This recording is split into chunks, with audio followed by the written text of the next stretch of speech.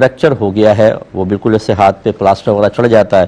وہ ہے تو وہ شخص نماز پڑھتے ہوئے قیام، رکوع اور سجود میں ایک ہی ہاتھ استعمال کر رہا ہے، جیسے ایک ہاتھ یوں ہے اور ایک ہاتھ یہاں باندھا ہوا ہے، اور اس طرح رکوع میں جاتے ہوئے بھی ایک ہاتھ، سجدے میں جاتے ہوئے ایک ہاتھ کے سہارے سے، تو نماز پہ کوئی فرق پڑے گا کہ نہیں؟ دیکھیں بالکل نہیں پڑے گا۔ ہماری شریعت بہت ہی خوبصورت شریعت ہے، بس ہمارا قصور یہ ہے کہ ہم اس کو سیکھتے نہیں ہیں۔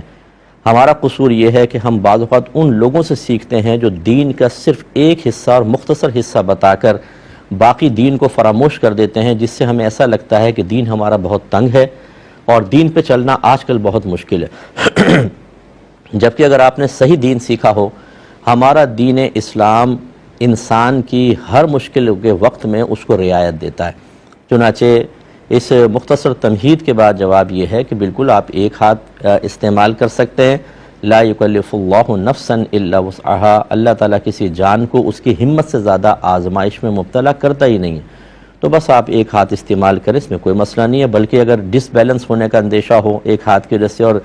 گر بھی گئے ہوں، ایک تجربہ ہونا چاہیے کہ بھئی گر بھی گئے ہیں اور فریکچر والے ہاتھ میں اور چوٹ لگ گئی ہے، اس صورت میں پھر آپ قیام کھڑے ہو کر کریں، اور جہاں ڈس بیلنس ہونے کا خطرہ ہو وہاں بیٹھ کر بھی آپ نماز ادا کر سکتے ہیں۔ اللہ تعالیٰ آسانی مہیا